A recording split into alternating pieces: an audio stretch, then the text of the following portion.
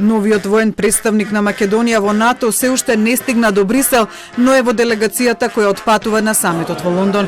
Полковник Зоран Секуловски, според неофицијалните информации на Телма, е избран за воен представник во НАТО. Откако името на Секуловски беше усогласено меѓу министерката за одбрана Шекеринска и председателот Пендаровски, минатата недела од кабинетот на шефот на државата до министерството официјално е побарано да се започне процедурата за негово упатување во Брисел. НАТО, како што дознаваме, веќе информирано за изборот и се чека одговор дали е тој прифатлив и за нив, за потоа с указ од шефот на државата да биде и официјализиран. Според информациите на Телма, се очекува целата процедура да заврши за најмногу 2 недели.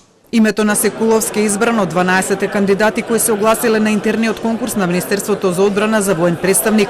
Секуловски, на кој е дел од тимот кој работел на стратегискиот одбранбен преглед на земјата како клучен документ за водење на реформите во одбраната и за членството во НАТО, во биографијата му се запишани странски мисии, но и воени обуки во САД. Инаку земјава повеќе од 1 година немаше воен представник во Алијансата во периодот додека се правеа последните подготовки на земјата за полноправно членство. Обид да се пополни ова место имаше во февруари, кога со указ на поранешниот председател Иванов во НАТО беше упатен бригадниот генерал Мирча Ѓорговски. Овој указ, заедно со уште 5 други со кои беше извршена смена на командни места во Арама, антикорупцијска ги прогласи за незаконски, а Пендаровски во јули со нови укази ги потврди дел од решенијата на Иванов, но не и тоа за НАТО.